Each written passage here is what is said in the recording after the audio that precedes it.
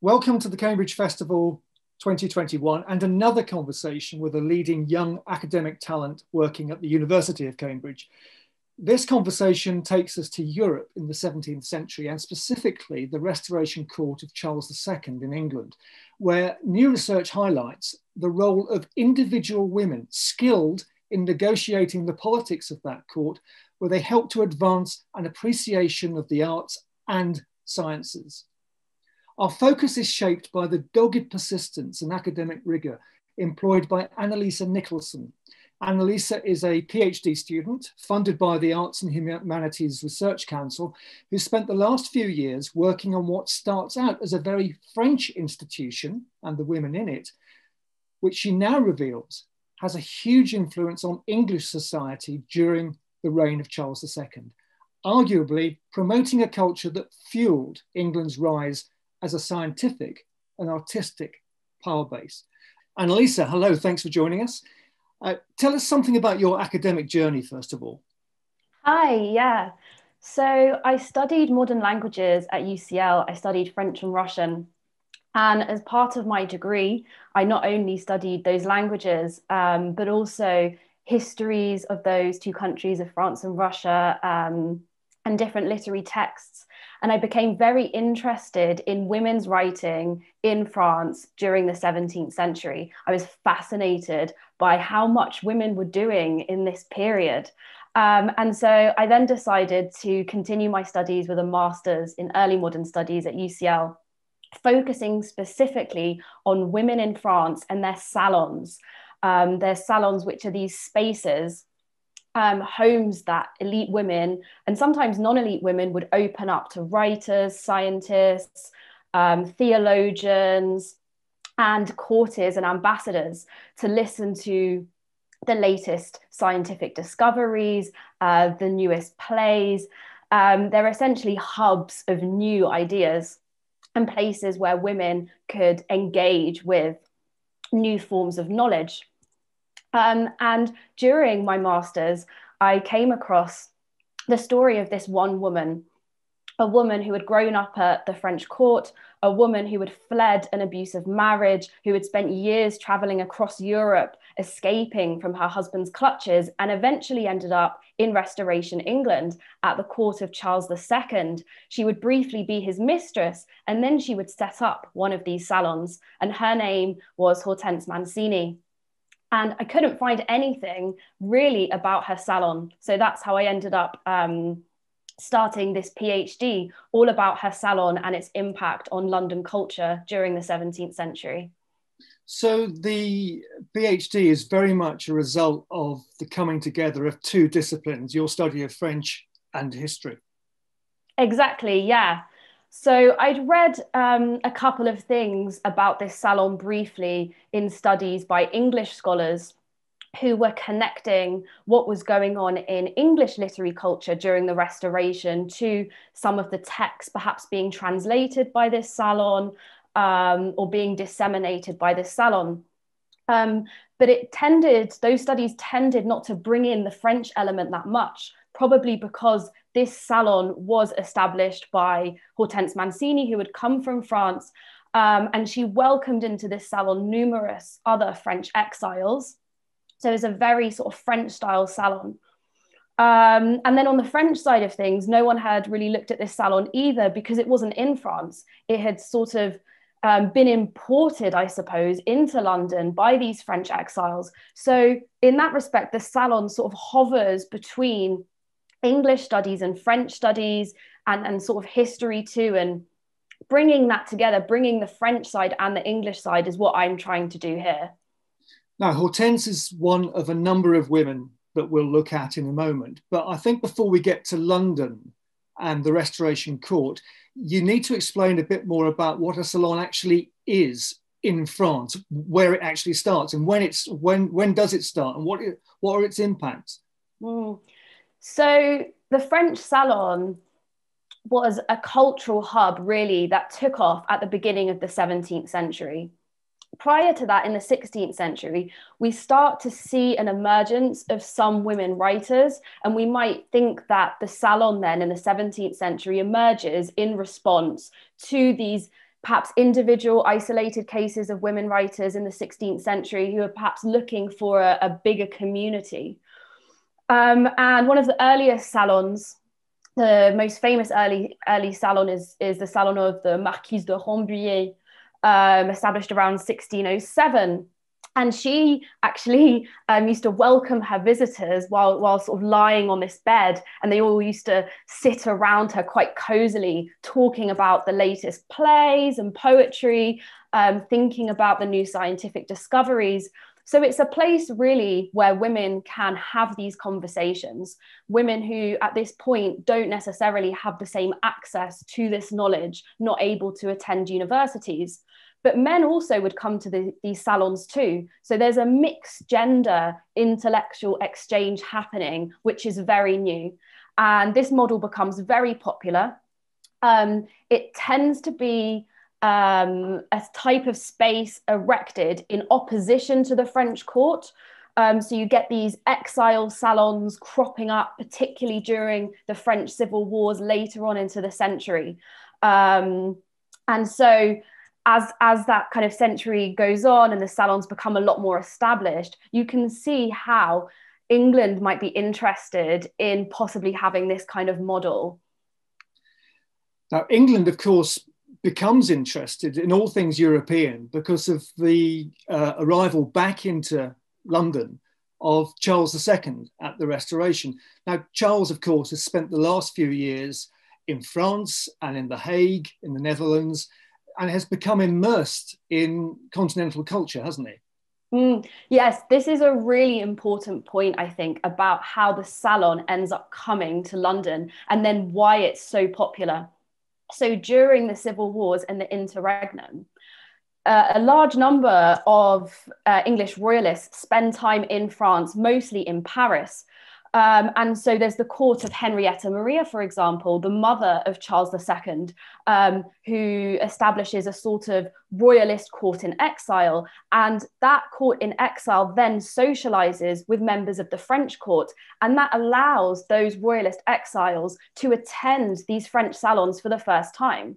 So prior to the royalist exile, the English court had heard about French salons, but they'd not had this direct access before. Then eventually, Charles II also joins his mother in France and spends some time in exile there, bringing then another court. So you sort of have these two royalist courts in exiles, again, socializing a lot with the French court. They attend different performances at the French court, different ballets, and all the while they're mingling with people who are attending the salons, and then they themselves are invited to see it for themselves. And then this is really important. They're influenced by this model. They can see it's something new and they can see it's something influential. Eventually, Charles will end up in The Hague and spend some time in the Spanish Netherlands during his exile. And upon the Restoration, the entire, I suppose, that whole homecoming of the royalist court is now filled with these continental ideas about art, about literature, about science, about how to socialize. They're bringing together a whole code of court behavior. And we can see how much that shapes English courtly culture with the Restoration in 1660. And I suppose we mustn't forget the wider cultural and political malaise of this time. I mean, we're sitting now in a period of pandemic and Brexit, and everything feels up in the air. But it was similar, wasn't it? In the middle of the 17th century, there'd been a 80-year war of Dutch independence. We'd just come out of the Interregnum, and before that, the English Civil War. An awful lot is going on at this time, isn't it? So upon the Restoration, it is a very uncertain period. Undoubtedly, because what had just happened had surely at one time seemed so impossible. Prior to the English Civil Wars and the Interregnum, it must have seemed so impossible that England would lose its king, would exile the heir, would have a period of republic, and then after that would bring back that king too. So it all must have seemed very uncertain. There were lots of difficult decisions to be made. The problems that had caused the civil wars in the Interregnum hadn't necessarily gone away. religion in particular was such a tense issue, not just for England, for lots of countries during this time. So that's something that the Restoration government and Charles II are constantly grappling with. Should they be tolerant? Should they sort of accept different variations of religion to try and move forward? Should they, in fact, do something quite different and try and annihilate any sort of hostility to Anglicanism? It's a very testing time.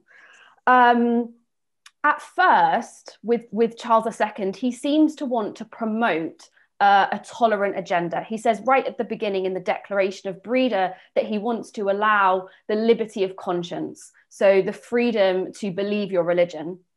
And that doesn't mean that you might not have to outwardly conform, but it does mean that they weren't, or he gave the impression they weren't necessarily going to persecute people who didn't only attend Anglican services, for example. And one thing that's really interesting, actually, in terms of a source on this period, is the diary of Samuel Pepys, just to get a flavour of what it was like in this period, because sometimes we look back and we think about religious tensions and we assume that people are very divided into their groups and it's very hostile. But if we look at the diary of Samuel Pepys, we do see something quite different. So one of his entries for 1664 tells us this.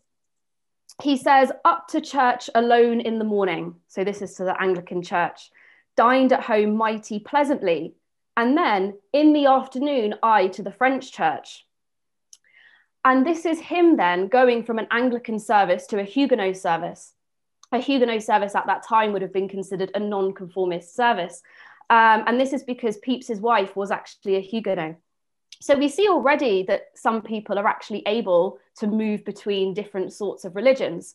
And then a couple of years later, he says, "I to Whitehall Chapel, and there coming late could hear nothing of the Bishop of London's sermon. So walked into the park to the Queen's Chapel, and there heard a good deal of their mass and some of their music, which is not so contemptible, I think, as our people would make it, it pleasing me very well."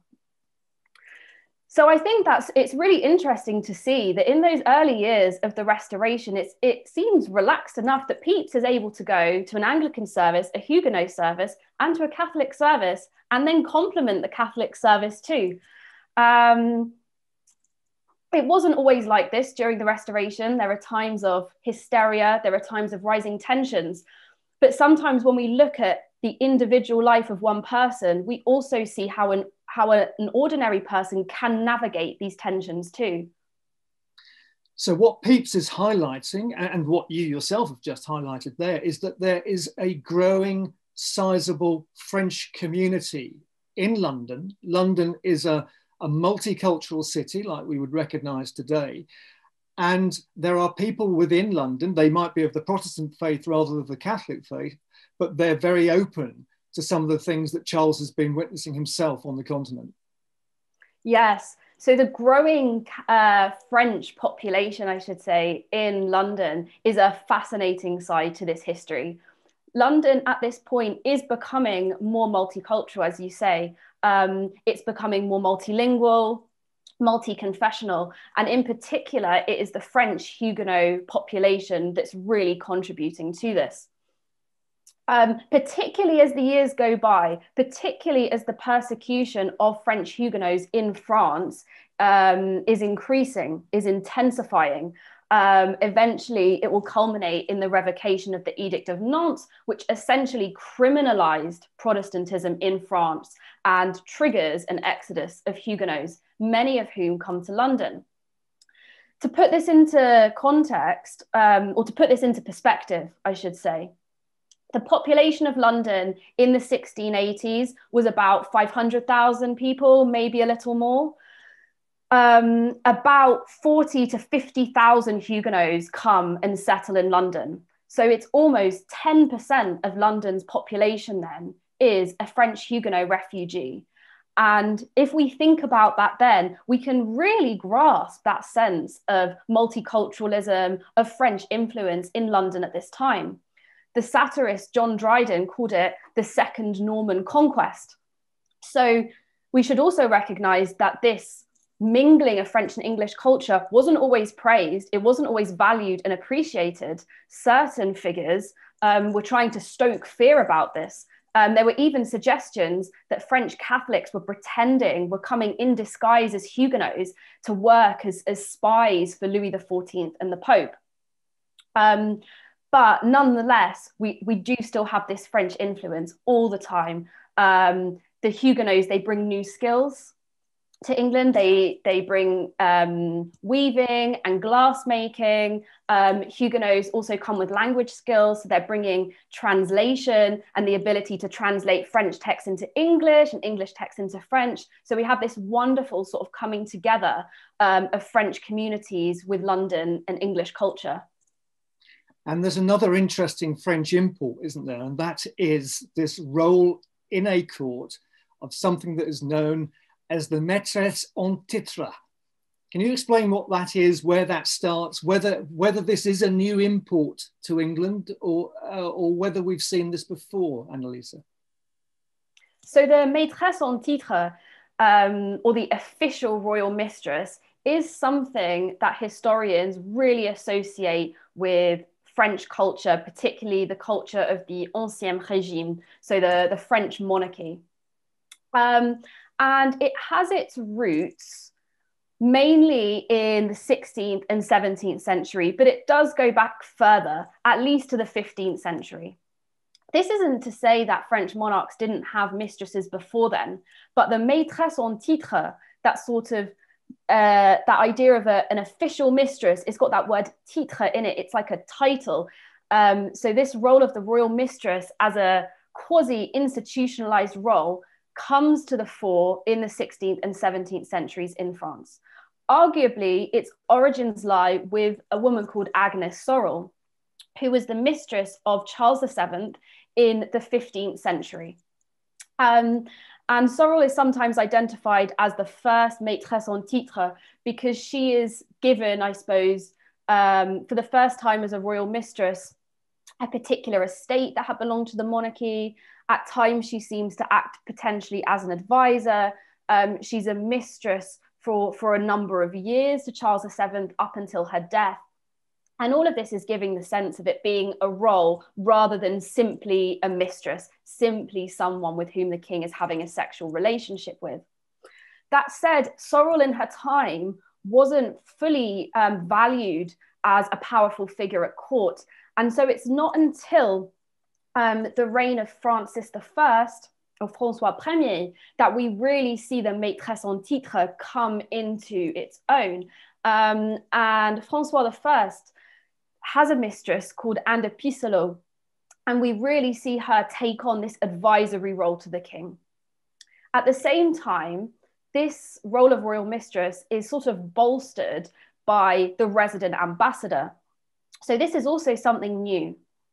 This is having an ambassador live sort of permanently or semi-permanently at court. And the ambassadors at this time recognized what the potential of this royal mistress is. They saw that the royal mistress is having these intimate audiences with the king, that the king is sometimes very open to listening to his royal mistress. And the ambassadors latch onto this and try and bring the mistress under their influence or persuade her to promote their interests. There's another question here, which is, why does this particular French king, or French kings in general, why did they look to their royal mistresses for advice at all? And so that's something interesting too, which is that in France, when we think about queens, the queens tended to be foreign. This is very typical in European royal families in general. They tend to want to have equal marriages, and that would mean marrying someone of maybe equal royal status, but from another country's royal family. And so the queens tended to be foreign, but the royal mistresses were always French, and they were always completely loyal to the king. That's something very particular about this French role. The royal mistresses are always entirely loyal to the king. And so you don't get this sense of divided loyalties that were sometimes leveled at these foreign queens. the royal mistresses are always meant to be looking out for the king first and foremostly, not to future heirs, for example, not to divided loyalties they have elsewhere, but just to their king. And so you get this very separate role between the queen and the royal mistress. And this is something that we start to see emerge for the first time at the court of Charles II. And I say for the first time, but it is debatable. I'm not suggesting that kings before Charles II did not have mistresses. Of course they did. We know, for example, about Henry VIII's many love affairs and mistresses. But when Henry VIII marries Anne Boleyn, for example, this opens up a sort of blurred boundary, let's say, between a queen and a royal mistress. And what Charles II is doing is he's bringing something that's entirely separate.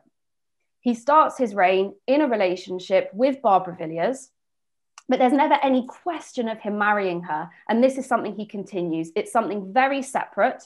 And these women are also given, for example, pensions, they're given properties, they're given all sorts of allowances.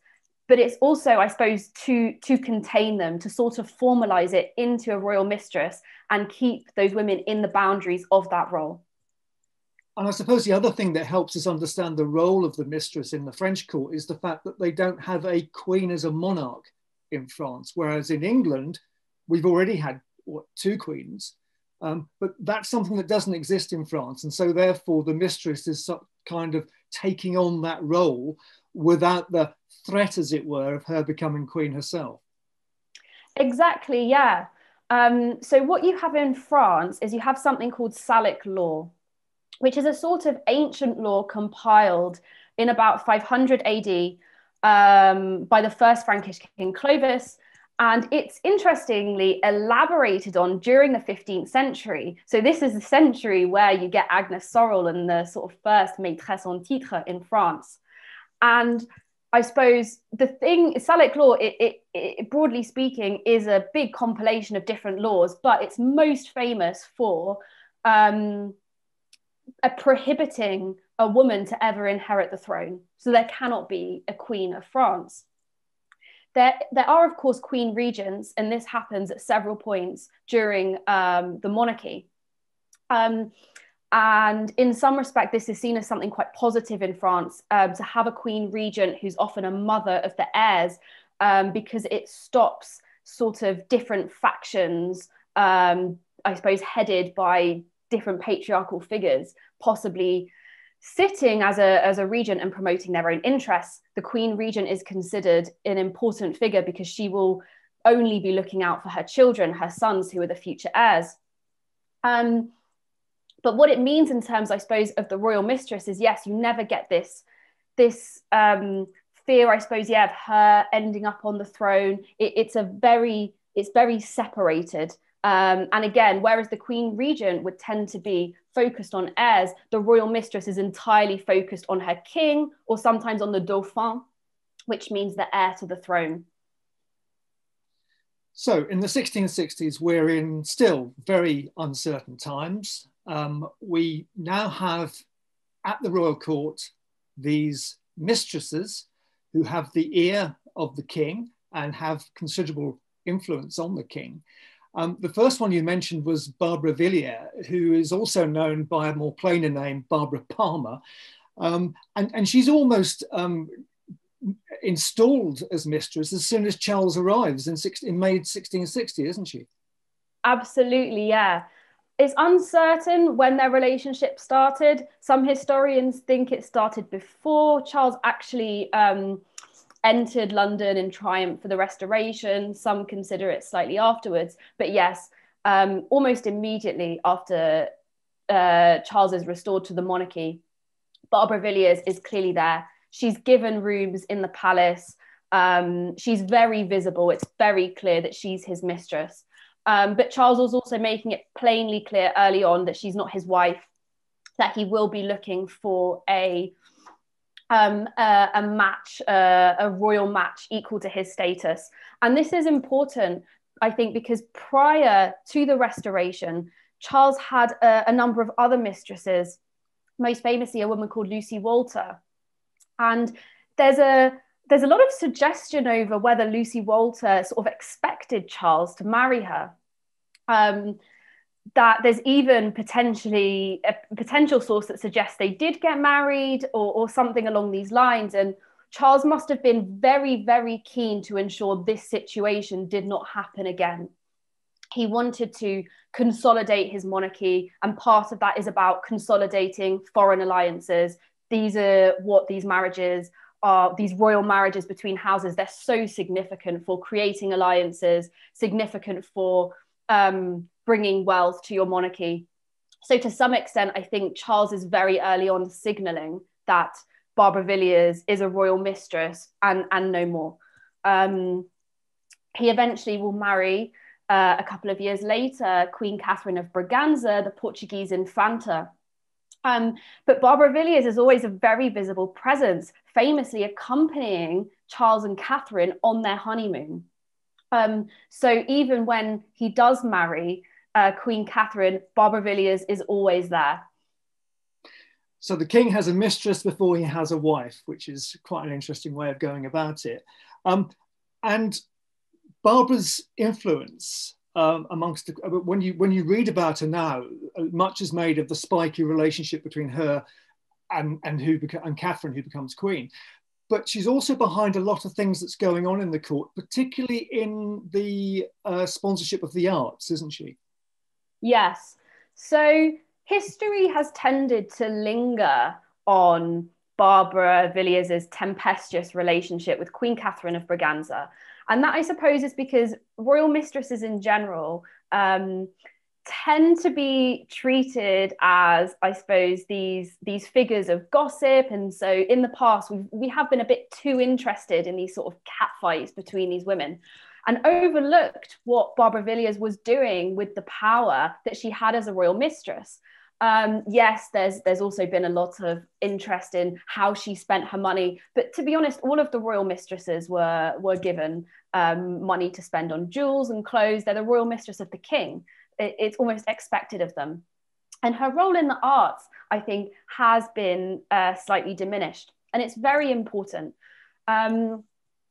It's important, I suppose, because at this point in history, in the 17th century, courts are almost like theatres. It's a very theatrical environment. So how you present yourself is more important in some respects than what you actually are or what you actually think. What you seem to be doing is more important than what you're actually doing. And so Barbara Villiers strikes up an important relationship with the portrait painter Peter Lely. And they sort of kind of collaborate on these paintings of her, sometimes very controversial paintings, most notably the painting of Villiers as Madonna and Child, where she's painted with her illegitimate child, with Charles II. Yet, even though these paintings are so controversial, she's still such a figure of influence. Other women are trying to copy her. Peter Lely becomes the most in-demand painter at the Restoration Court. And she's having these very mischievous paintings of her sort of done as in the guise of a virgin or in the guise of saints, which is definitely, I suppose, fueling the spirit of the Restoration, which is very cheeky. It's all full of laughter and fun and sort of champagne drinking, etc. Perhaps to sort of get through the difficult kind of tensions that we were talking about earlier. And thanks to Barbara Villiers' patronage of Peter Lely, he has become one of the most important artists of the Restoration era. We have these marvelous paintings which show us the importance of these figures. It shows us the sort of spirit of the time. And without Villiers' influence, he wouldn't have become such a notable artist. So the idea of influencers and the power of Instagram, there's nothing new because that's what the portrait was. Yes, I think actually today in the 21st century, we're much better at recognizing this sort of woman's influence at the Restoration Court because they are basically influencers. They might not be able to do certain things because they're legally unable to do that. For example, there are lots of legal prohibitions to women. They can't attend university, for example. There's different sort of property rights for women, different legal rights. They can't stand in parliament. But women at the Restoration Court are hugely influential, even when they're as controversial as Barbara Villiers. When they start to develop a new fashion or take on a new way of speaking, for example, people copy them. And they're in such a position of influence, they're sort of leading the shifts and currents in Restoration culture. Now, Barbara and Charles's relationship cools somewhat. There's evidence that they're still on good terms. I think he makes her Duchess of Cleveland or something like that. But Charles's fancy moves elsewhere, doesn't it? And you mentioned this thing about the Restoration Court, about entertainment, about theatre. And the next two mistresses come from what we know now as the West End of London, don't they? Yes, absolutely. This is a very strange moment, you might say, where Charles then takes on a number of mistresses from the Restoration stage. And I say it's strange because he's moved now from someone like Villiers, who she doesn't have full-blown aristocratic credentials. In fact, her family is considered a family of upstarts because their aristocratic credentials are either quite tenuous or quite new. But nonetheless, they are still there. And then Charles moves on to Moll Davis first, who at this point is well known as a terrific singer and dancer, and someone on the Restoration stage. And then eventually on to Nell Gwyn, who I'll talk more about in a moment. And this has actually all been orchestrated by Barbara Villiers' cousin, no less, George Villiers, the second Duke of Buckingham, who's decided that his cousin is of no use to him, influencing Charles II, and decides to do something quite daring and dangle these actresses in front of Charles. There are lots of reasons that we might speculate as to why Charles, in fact, decided to take this path. Was it Buckingham who was just so persuasive, so convincing about this? Or was it because these Restoration actresses are something very new? With the Restoration, early on, a law was introduced which allowed women to take to the stage for the first time. And of course, as we know, the theatre in Restoration culture was so important. It had been largely banned during the Interregnum. So it's very much sort of encapsulating that atmosphere of theatre and drama. And both Moll Davis and Nell Gwyn were very well known at the time. Both celebrities, really. So at first, Charles is with Moll Davis. Nell Gwyn had actually been offered the position by Buckingham before, but asked for too much money. So he was with Moll Davis. But that relationship didn't last very long. And very quickly, he takes up with Nell Gwyn. And that is one of the most significant relationships that Charles will have at the Restoration Court. Nell Gwyn, I have to emphasize this again, was a celebrity at this point. She is one of the funniest women, probably the funniest women on the Restoration stage, well known for her improvisation, which tells us that she's a very witty woman, very witty. And this is something that Charles seems to like about her. She's funny, she's quick, but she doesn't take herself too seriously. And perhaps after Barbara Villiers' very sort of tempestuous relationship with Catherine of Braganza, someone very emotional, he's turned to someone like Nell Gwyn, who's a bit more lighthearted and looking for fun. We think celebrity culture and we think it's somehow a little bit shallow, but neither Davis nor Gwyn were shallow individuals, were they? These are very sassy, streetwise, clever women. For sure. These are also women who have worked very hard. Even though women are taking to the Restoration stage for the first time, it doesn't mean it's still not competitive. They would have had to work hard to get there. Nell Gwyn in particular came from very obscure origins. We still don't really know her exact date of birth. We still don't really know much about her father. And yet she pushes her way through this society right to the front of the lineup. She's an orange seller at first, which is a job where you kind of sell oranges to different people in the audiences. So she's starting kind of at the bottom in the theatre and works her way up.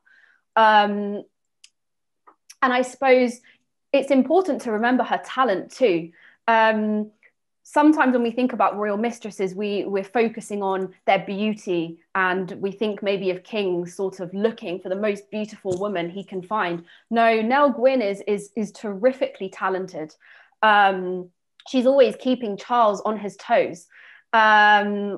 And I suppose we're also called now to recognise, when we think about Barbara Villiers and then we think about Moll Davis and we think about Nell Gwyn, that Charles II is not going for obedient, quiet women who will be at his beck and call. He's not simply looking for women he can just have a sexual relationship with and ignore as he likes. No, he's gone for very outspoken women, women who can hold their own.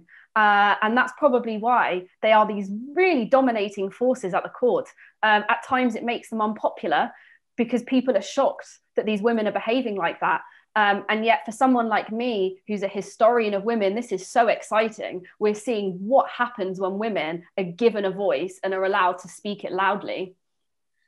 It is very exciting, Annalisa, but you said earlier that Moll Davis in particular is sponsored by the Duke of Buckingham.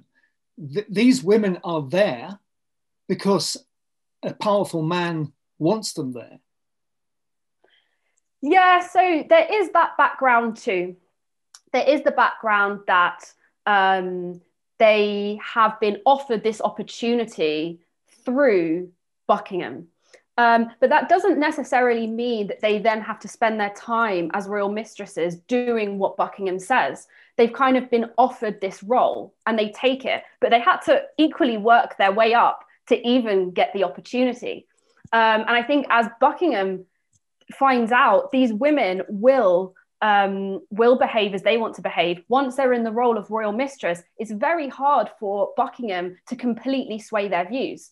Both Moll Davis and Nell Gwyn were not particularly interested in undertaking political roles in the same way as Charles's later mistresses. I think Buckingham thought that he could install these women who didn't have real connections or ties to other people at the Restoration Court, so would be doing everything that he said.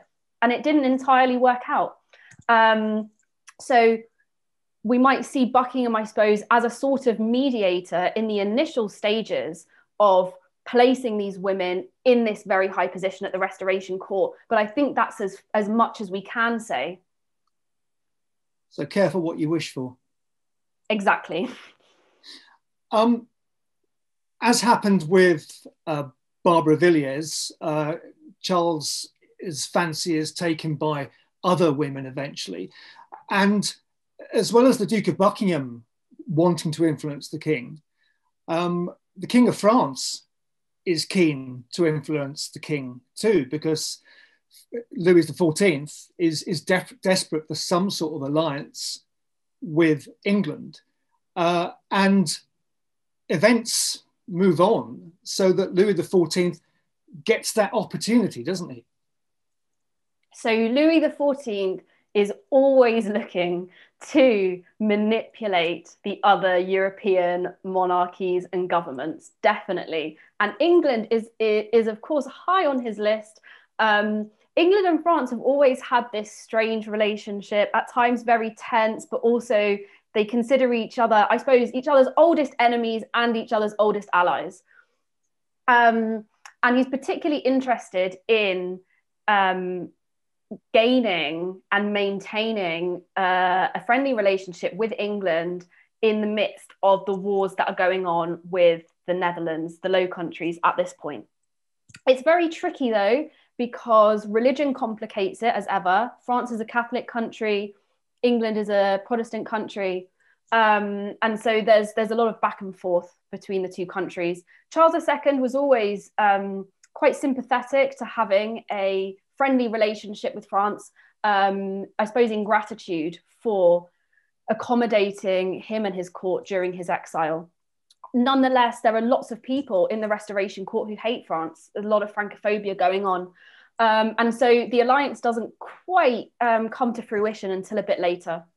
And Louis XIV gets his opportunity when he sends over Charles II's sister, Henriette, to hash out an alliance between the two countries. And of course, we might cast our minds back to the secret Treaty of Dover, which some people might be aware of, something that Charles II signs promising to publicly convert to Catholicism. But broadly speaking, publicly, this was about an alliance between France and England. And as part of these negotiations, one of Henriette's ladies in waiting, Louise de Kéroualle, is there. And very quickly it becomes obvious that Charles is besotted with this woman. But it's not until his sister's death that this relationship becomes significant. So once his sister has died, there is now this lady in waiting that Louis XIV is only too happy to send to Charles II. And Louise de Kéroualle is then installed as the new maîtresse-en-titre, the new royal mistress. So we have something different now. I was talking earlier about how in the French royal mistress tradition, what's important is that the royal mistress is French, that the royal mistress is always then supporting French interests. Now, with Louise de Kéroualle, we have a French royal mistress in England, which is inevitably going to cause tensions. It's going to make people think she's supporting French interests, and that is exactly what she's doing. She is essentially being generously remunerated by Louis XIV and his government to weigh in on political matters in her private audiences with Charles II, to push for Anglo-French alliances, to promote French interests, to promote what the French ambassadors are saying, and then to report back to the French ambassadors and then to Louis XIV. She's kind of a spy, really. At this point, you really see something called boudoir diplomacy going on, which is essentially diplomacy going on in the bedrooms.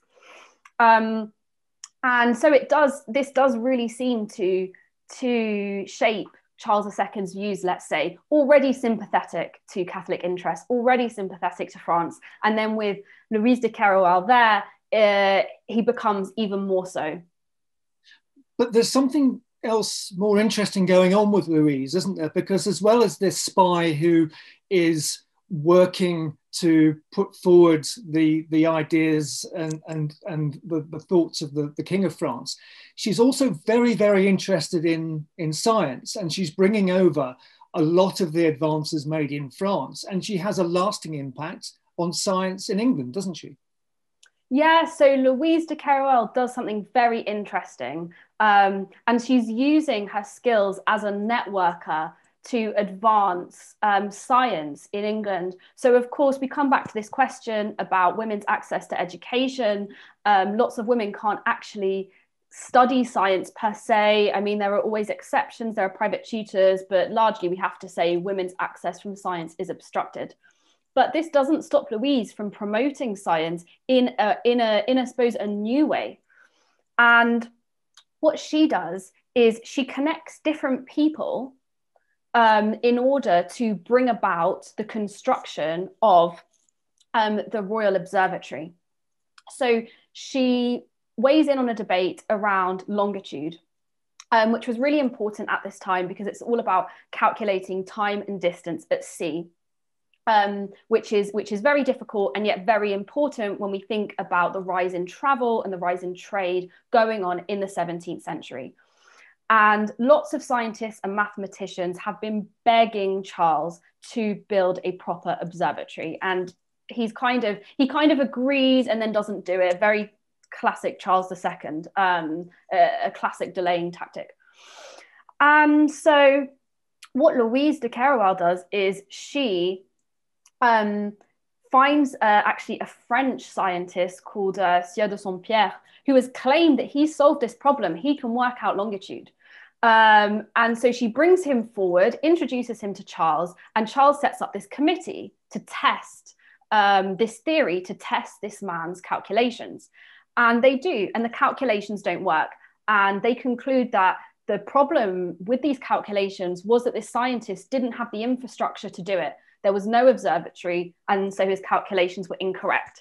And the conclusions of this committee, and probably the fact that Louise de Kéroualle, his at this point beloved mistress, had orchestrated it all, pushes Charles to finally give the funds and organize the building of that observatory. And this has huge ramifications for science, not only because it had become more famous, more well-known just through the fact that Louise de Kéroualle had decided to become interested in it, but also it will become that observatory in Greenwich, and that puts England on the map for discoveries about longitude. So the French astronomer actually got his calculations wrong. It is an Englishman who discovers longitude, but the reason why the Greenwich meridian is where it is down to a French woman. Exactly, yeah. Strangely enough, it's this wonderful, I suppose, cosmopolitan story of bringing different people together, and Louise harnessing the power that she has, both as a networker and as a royal mistress, to bring these connections together. Now, she is elevated to become the Duchess of Portsmouth. And it's at this moment that the character that you've been researching so deeply, Hortense Mancini, arrives on the scene. And hers is quite a troubling story to some extent, isn't it? Because she flees a very unhappy marriage. Yeah, so like Nell Gwyn, Mancini is one of these early celebrities. She's one of the nieces of Cardinal Mazarin. She's Italian by origin, but had pretty much spent her whole life at the French court. She'd grown up with Louis XIV and his brother Philippe, because of her uncle being Cardinal Mazarin, being chief minister of France, which is the highest political position you could really attain in France. And when she's about 14 or 15, she's betrothed to a man called Armand Charles de la Porte de la Meilleraye, one of the richest men in France. And this is seen at the time, I suppose, as a very brilliant match. You have these two very rich heirs. Cardinal Mazarin makes the pair his heirs. And they marry, and the marriage is an absolute disaster. Mancini she's young and she's grown up at the French court. She's interested in entertainment, in salons, in theatre, and she's married to this extremely religious and pious man who's very controlling. So after about 6 years, she flees. And it's very interesting because she is fleeing this abusive marriage, but at the same time, she manages to sort of have a party everywhere she goes. So it's this strange sort of leisurely kind of number of voyages that she's taking. And eventually she is sought out by the English ambassador to France, Ralph Montague, who thinks that she is the perfect candidate to be the new royal mistress. So again, we have this turn to a French woman to undertake the royal mistress at the English court. Now, it doesn't, I suppose she's not offered the contract, let's say, straight away. It's not as official as that. But rumours surface that Mancini is going to be coming to London. There is such buzz around her arrival. Not long before her memoirs, her autobiography had been released, and I think translated into English, where she talked about her life. She talked about the reasons why she left her husband. There's huge excitement that this celebrity is going now to be in London. And almost straight away after she arrives, she takes the interest of Charles II and sort of ousts Louise de Kéroualle. It's not the first time he's been interested in her, though, is it? Yeah, there's this wonderful backstory, actually, that Charles II and Hortense Mancini have, which is that actually when her uncle Cardinal Mazarin is looking for suitors for her, and she was his favourite niece, so he's really pulling out all the stops for her, as one of the offers comes in from Charles, who at that time is in exile. And Cardinal Mazarin, I mean, in hindsight, we'll say very foolishly, but he couldn't have known what would happen, rejects the offer, thinking that this sort of penniless prince and king in exile just isn't a match for his niece. When not long after, Charles is actually restored to the monarchy, and Cardinal Mazarin has to then kind of see if the offer is back on the table again. But now the King of England is looking for someone from the royal families of Europe. So they don't marry, but they do have this wonderful backstory, and then get to meet and have a relationship. It is a short relationship between Mancini and Charles II. She's not his official royal mistress for much more than a year and a half. But I suppose it's important actually to note about Charles that unlike some of the French royal mistresses in France, who tend to be either sent to a convent or sort of sent away to an estate once the relationship with the French king cools, Charles II seems to keep all his mistresses sort of close. I mean, even when he's with the later mistresses, he's still on very good terms with Barbara Villiers and Nell Gwyn. And he's still on very good terms with Mancini throughout her life. So although she's not his official royal mistress for anything longer than 18 months, she has a very close relationship with Charles II until his death. And these mistresses come together at the institution that we started this film talking about, the Salon. And it's something that Hortense is very big on, isn't she? She really is the person that gets the Salon going in London. Tell us about that and why that is so important to the culture, the arts, science in England at the end of the 1660s, going to the 1670s. Hortense Mancini establishes her salon also pretty much as soon as she arrives in London. She's given apartments by the Duke of York, the future James II, and they were actually in a building adjoining St. James's Palace. So it's a prime location for a salon. It's near the St. James's Palace. It's very near Whitehall. It's also near the very fashionable St. James's Square. And because she has this celebrity status, people are very interested in attending her salon. That's what you need for a salon. You need people at a salon for it to be successful. And so you have this wonderful coterie of people attending. You've got writers, you've got playwrights, you've got artists, you've got theologians, you've got scientists. She's also joined by another French exile called Charles de Saint-Evremont, who's also very popular. And he's able to bring in some of these literary people. All different things take place at her salons. There are performances of operas that the salons have written. They have little lectures by scientists. I suppose not the most famous scientists of the day. Isaac Newton's not there, but some of these minor scientists, Isaac Vossius, who's a theologian, for example, Henry Justel, too, they're able to come and they're able to talk about new discoveries, new inventions to an audience that wouldn't always have access to this culture. And in establishing this salon, Mancini achieved several things. First and foremostly, she's made the French Salon popular in London. There'd been several attempts to bring a French salon to London, but the key ingredients just weren't there. She is a terrific hostess. She's well known, she's well connected, and people enjoy being around her. By all accounts, she's very fun, she's very witty. So thanks to her, she's able to bring this salon into the heart of Restoration culture, and made it something very popular. Later on, other salons will spring up eventually into the 18th century with the salon of, famous blue stocking Elizabeth Montagu.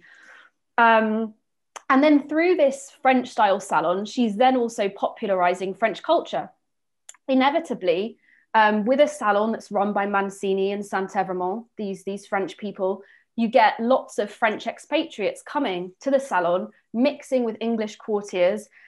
Sometimes they're talking in French, occasionally in English, sometimes in Latin, and they're talking about their different cultures. If they're having a literary conversation, there are some talking about Ben Jonson and Shakespeare, and other people talking about the playwrights from France, all sort of in this wonderful exchange. And then I suppose the third thing that this salon's really promoting in England for the first time is that mixed gender exchange that the salon is so famous for, because you've got scientists and philosophers and writers coming together with women. So with Mancini, it seems like Nell Gwyn was there, Moll Davis was there, Barbara Villiers was there. So those restoration figures are there. Also other people such as Jane Middleton, and some of the Windsor Beauties, for example, those women are able to partake in this intellectual culture too.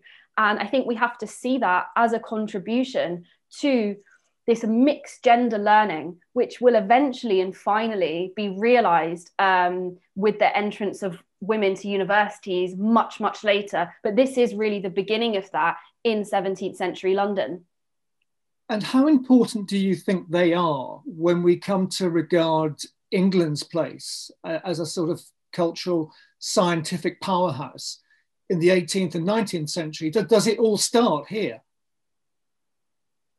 So I would say that the 17th century, actually particularly the Restoration, is such a brilliant moment for England's shift in becoming one of the leading countries for scientific, cultural and artistic pursuits.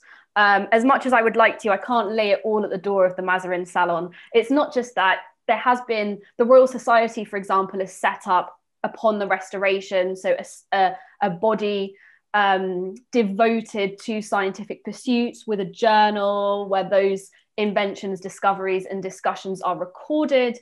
And of course, with the kind of reopening of the theatres and the new laws that allow women to take to the stage, that of course is furthering theatre in general as an art. Patronage at the Restoration Court is very much focused on art and painters.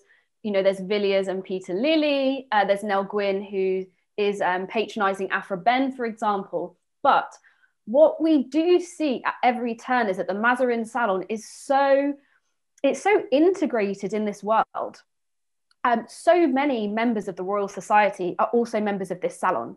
So many, or practically all of the royal mistresses attended the salon. Peter Lilly attended the salon. Aphra Behn possibly attended the salon. So the salon seems to be this kind of meeting place for all these different areas of that artistic, cultural and scientific worlds coming together.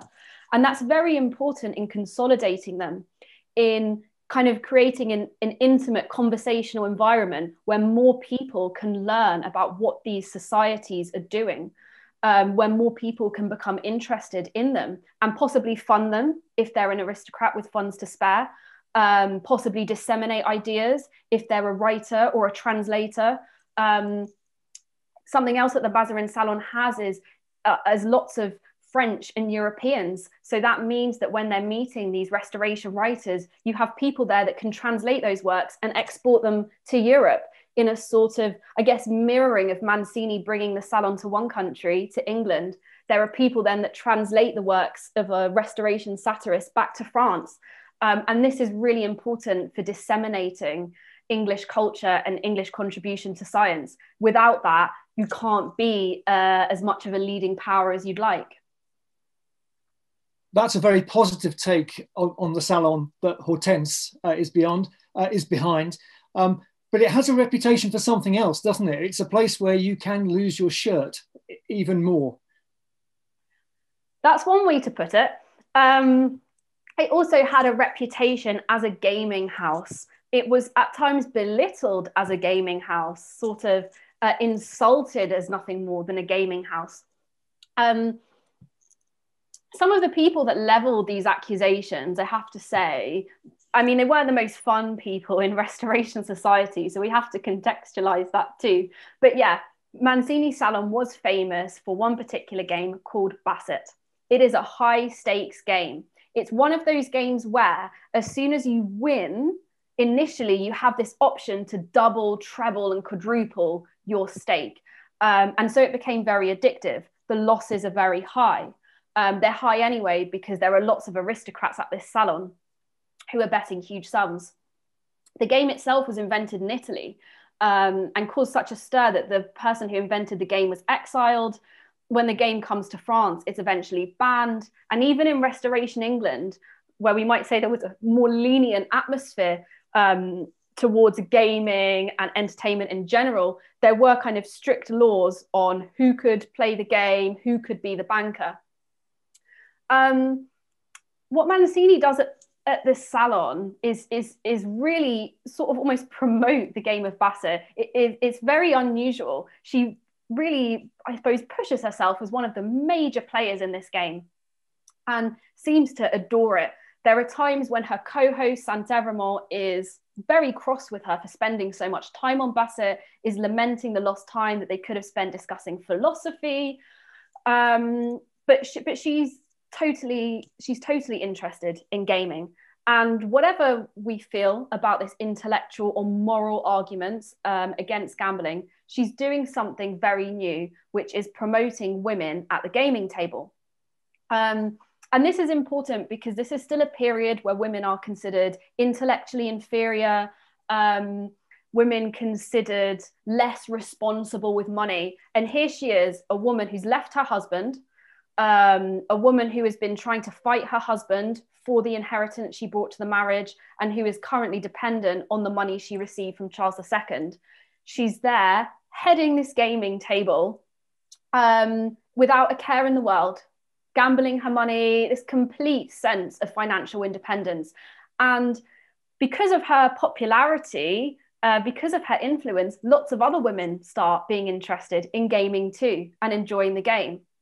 And it's really important when we think about the depiction of women in this period and what it's possible for women to do. This is something novel. They can come to this table, they can gamble just like the men. You know, there's no gender hierarchy that you can have in a game of basset. And she's joined by other women, she's joined by other royal mistresses. And it's really wonderful that we see these women coming together around this gambling table, competing against each other, but sort of, I suppose, united in this presentation of independence. And so while we might look and think of gambling as something controversial, is this something intellectual? It is something that is pushing women's experiences to its limits and changing what was possible.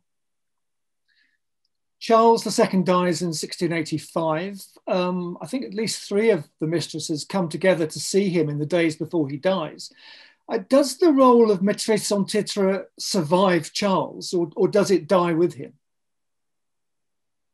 I have to say, in my opinion, it pretty much dies with him. Again, this isn't to say that future kings don't have mistresses. They do. But you don't have this same tradition that you have in France. So in France, for example, I suppose Charles's contemporary, Louis XIV, outlives him by a number of years. But there are future maîtresses-en-titre in France in the 18th century. And we don't see this so much after Charles II. Partly, I think, because James II /7th isn't on the throne for a particularly long time and is ousted, and we have the Glorious Revolution. So something quite different then happens politically. To some extent, I think this is very much contained to the years of the Restoration under Charles II. I suppose there's an ongoing debate about the exact freedom of agency that these women have. But what's so interesting is that this should come to light now. What is it, do you think, that has brought your research to the fore? Is it that you've found something very interesting that people have forgotten? Is it your linguistic skills? Or is it now that we're living in a world where we are interested and we really value the input and the role of women in our history? In some sense, it's all 3 of the things you mentioned, but definitely the last one. In the last few decades, there has been a concentrated interest and attempt to look more at what women are doing in history, to change the way we think about power and agency. And the women that we've been talking about today have a place in different fields that are gaining more attention. We've talked about celebrity. This is so important. These women are not simply famous faces. they wield enormous influence. And this is something I think that historians are starting to unravel more and more. What's the extent of this influence? How do we value it? The second thing is, I think sometimes these mistresses have been looked at too much in terms of the gossipy side of their lives and not enough in terms of the cultural, artistic, and scientific worlds that they inhabited, which is important too. When we look at women's history, we can't look at it in the same way that historiographers have previously, because those historiographers in the past have all been men. It's a field that was kind of constructed by men. And I think now, when women historians are becoming more involved in the writing of history, we are able to contribute new perspectives and think in new ways about what agency is. We can think about it in terms of a network, say, and think about influence and how that changes cultural attitudes and why that matters. And I suppose the last thing is about something that's very current in academia and kind of moving outwards slowly, is something called interdisciplinarity, which is basically moving between fields.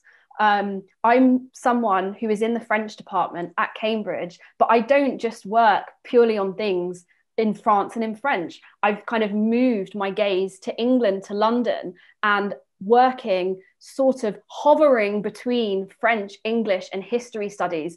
And this is potentially something new that we weren't always able to do, and something we should keep in mind for the future, that there are enormous benefits from working in this way and not just limiting yourself to the subject area to which you belong.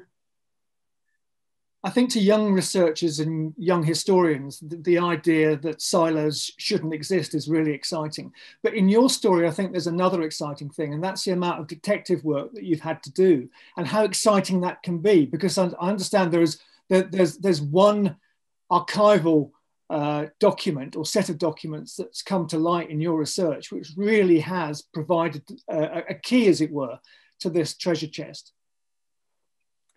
Definitely, you do often feel a bit like a detective when you're in the archives, because you have a trail, or sometimes you don't even have a trail, you need to find the trail, and you're piecing together fragments. And this happens a lot when you work on marginal figures, and it's not just if you work on women, it can be any number of marginal figures. In my experience, it's been women. I've been working on Hortense Mancini for almost 5 years. And in that time, I've only really had about 2 major archival discoveries, which really shows you how difficult this work can be. One was quite recent, which is a number, about 30 letters in New York, which are currently being digitized. And the second one is something really fascinating, in which I definitely felt like a detective. And these were letters actually at the British Library that were catalogued under Hortense Mancini, but were actually a correspondence between Mancini's daughter and James Vernon, the Secretary of State. And these letters puzzled me for ages. They were essentially showing that Mancini's daughter had come to London to see her mother and then had been deported on orders from William III. And eventually I came across a little snippet in an 18th century biography, which told this extraordinary tale of Mancini's daughter coming to London, having escaped in a marriage herself. So now we have Mancini and her daughter fleeing these abusive marriages, comes to see her mother, hoping for a sympathetic audience, and then steals her mother's lover, a man called Albemarle. And Mancini, humiliated and shocked by this state of affairs, then turns to William III and demands her daughter's deportation, and the daughter's eventually expatriated, has to leave the country. And this has really changed, I suppose, how we think about Mancini and her place in this history. It's changed the way we think about her death that happened shortly after this whole set of events, and puts into perspective that sometimes you are just working with fragments in the archives, but you can still build a story out of it. Annalisa Nicholson, thank you so much for your lively and insightful contribution to the Cambridge Festival 2021. Annalisa's PhD's title is Palace of Exiles, the Mazarin Salon in 17th century London. Annalisa, thank you. Thank you very much.